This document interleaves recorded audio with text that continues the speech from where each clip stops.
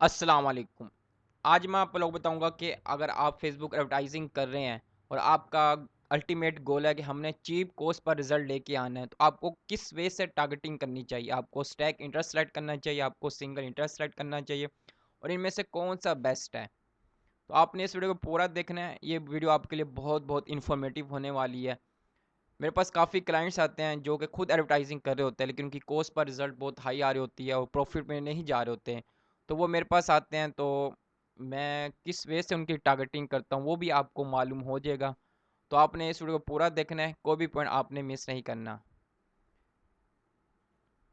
देखिए दोस्तों, हमारे पास यूँ समझिए दो कैंपेन है। मैं आपको पहले एक आपका माइंड प्रिपेयर कर रहा हूँ कि आप किस तरह से टारगेट हैं और किस तरह से आपको करनी चाहिए। देखिए, एक कैंपेन है आपके पास और एक एड सेट के अंदर आप मल्टीपल इंटरेस्ट सेलेक्ट कर देते हैं। तो ये होता है हमारे पास टैग इंटरेस्ट।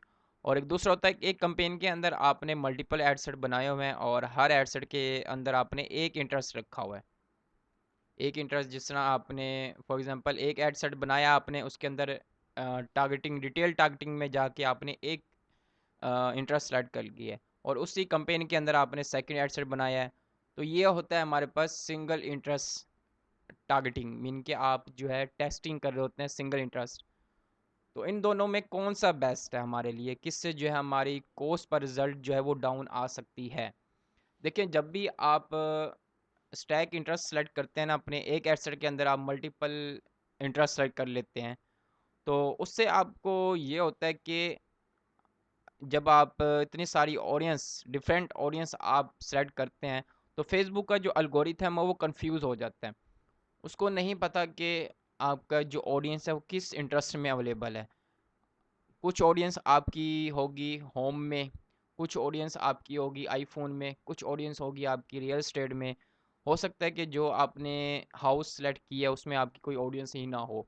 लेकिन जो आप पेमेंट कर रहे हैं, जो पेमेंट आप दे रहे हैं फेसबुक को, वो सब की आप दे रहे हैं। मीन क्या, आप अगर एड सेट जो सेलेक्ट करते हैं स्टैक इंटरेस्ट, जो आपको कोस्ट पर रिजल्ट पड़ रही होती है, वो आपको सारे इंटरेस्ट जो होते हैं उसकी एवरेज कोस्ट पड़ रही होती है। मीन कि आप यूँ समझिए कि आप अगर रियल स्टेट आप सेलेक्ट करते हैं एक सिंगल इंटरेस्ट में, जिस तरह मैंने आपको कंपेन 2 में बताया हुआ कि अगर आप एक एसेट के अंदर एक रियल स्टेट रखते हैं, इंटरेस्ट रखते हैं, तो इसकी आपको कॉस्ट पर रिजल्ट यूँ कहें, मैं एग्जांपल देता हूँ, आपको 50 रुपीज़ पड़ती है। और इसकी जो है प्रॉपर्टी की आपको 5 रुपीज़ पड़ती है, प्लॉट की आपको 10 रुपीज़ पड़ती है। तो इन तीनों का आप एवरेज निकाल के जो आपका रिजल्ट होगा ना, वो आपको दिखाया जाता है एवरेज कॉस्ट पर रिजल्ट में। ठीक है।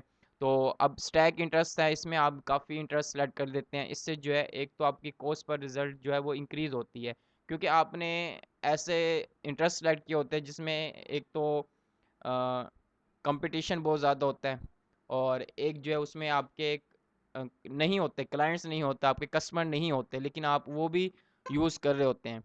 इससे जो है आपकी कॉस्ट पर रिजल्ट ज़्यादा इंक्रीज़ होती है। तो आपका बेस्ट वे क्या है कि आप एक कंपेन के अंदर मल्टीपल एडसेट बनाएं।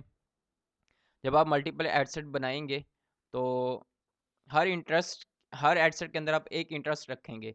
तो हर इंटरेस्ट को आप मल्टीपल मतलब एक इंडिविजुअल वे में जब आप उसको टेस्ट करेंगे, तो आपको मालूम हो जाएगा कि कौन सा हमारा जो इंटरेस्ट है वो हमें कम प्राइस में अच्छा रिजल्ट दे रहा है। कुछ होते हैं इंटरेस्ट जिसमें आपको 3 सेल आती हैं, उसके बाद आपको रिजल्ट आना बंद हो जाता है। कुछ होते हैं कि वो आपको 3 दिन देते हैं और उसके बाद रिजल्ट आना बंद हो जाता है। एक होता है कि जिसमें आपको जो कॉस्ट पर रिजल्ट होता है वो बहुत हाई पड़ रही होती है किसी इंटरेस्ट में। तो इस वजह से आपको जो है सिंगल इंटरेस्ट सेलेक्ट करने चाहिए टेस्टिंग के लिए। तो कौन सा आपका इंटरेस्ट जो है वो बेस्ट परफॉर्म कर रहा होगा, उसको आपने फिर फर्दर लेके चलना होता है। तो लोग ये मिस्टेक करते हैं जिनका कॉस्ट पर रिजल्ट ज़्यादा आया होता है और वो मेरे पास आ रहे होते हैं।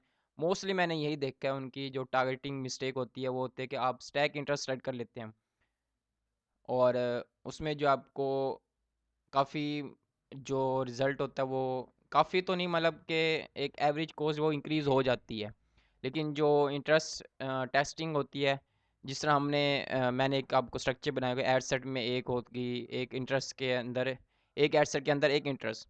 तो इस तरह से आपको टेस्ट करना चाहिए। इससे आपको पता चल जाएगा कि आपकी जो रियल कॉस्ट जो है ना, आपकी प्रोडक्ट की जो फेसबुक आपको दे रहा है वो कितनी है। तो इससे जो आप बेस्ट रिज़ल्ट निकाल के ले सकते हैं। और दूसरा ये है कि अब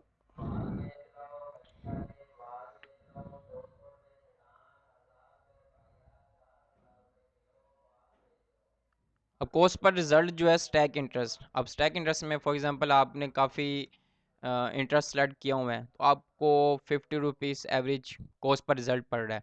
और आप सिंगल इंटरेस्ट की बात करते हैं तो उसमें एक कॉस्ट जो है आपको 5 रुपीज़ की पड़ी है, एक इंटरेस्ट आपको, एक आपको 50 रुपीज़ का पड़ रहा है और एक आपको 10 रुपीज़ का पड़ा। अब इनमें से देखेंगे कौन सा इंटरेस्ट जो है आपको कंटिन्यूसली आपको रिजल्ट दे रहा है, आप उसको फिर फर्दर लेके चलेंगे, बाकी आपको स्टॉप कर देंगे। देखिए इससे कितना आपका रिजल्ट जो है वो कॉस्ट पर रिजल्ट जो है वो डाउन हुआ है। इनके कहाँ आप 50 पे कर रहे होते हैं स्टैक इंटरेस्ट में, कहाँ आप सिंगल इंटरेस्ट में आप इतनी कम एवरेज कॉस्ट में आप अपने जो है जो आपकी ऑडियंस होती है आप उसको फर्दर लेके चलते हैं, आप उसको टारगेटिंग को आप फर्दर लेके चलते हैं, अपने बिजनेस को ग्रोथ करते हैं। तो ये बेस्ट मेथड है कि आप अगर ऑडियंस टेस्टिंग कर रहे हैं तो आप स्टैक इंटरेस्ट की बजाय आप एक एसेट में एक इंटरेस्ट रख के आप उसको टेस्ट करें। इससे जो है आप काफ़ी अच्छी एनालिसिस कर सकते हैं, डीप एनालिसिस कर सकते हैं अपनी कंपेन्स का, अपने रिजल्ट का। तो उम्मीद है कि आपको समझ आ गया। अगर नहीं समझ आया तो आप जो इस वीडियो के कमेंट बॉक्स में मेरे से पूछ सकते हैं, तो मैं आपके क्यूरी का ज़रूर रिस्पॉन्स करूँगा।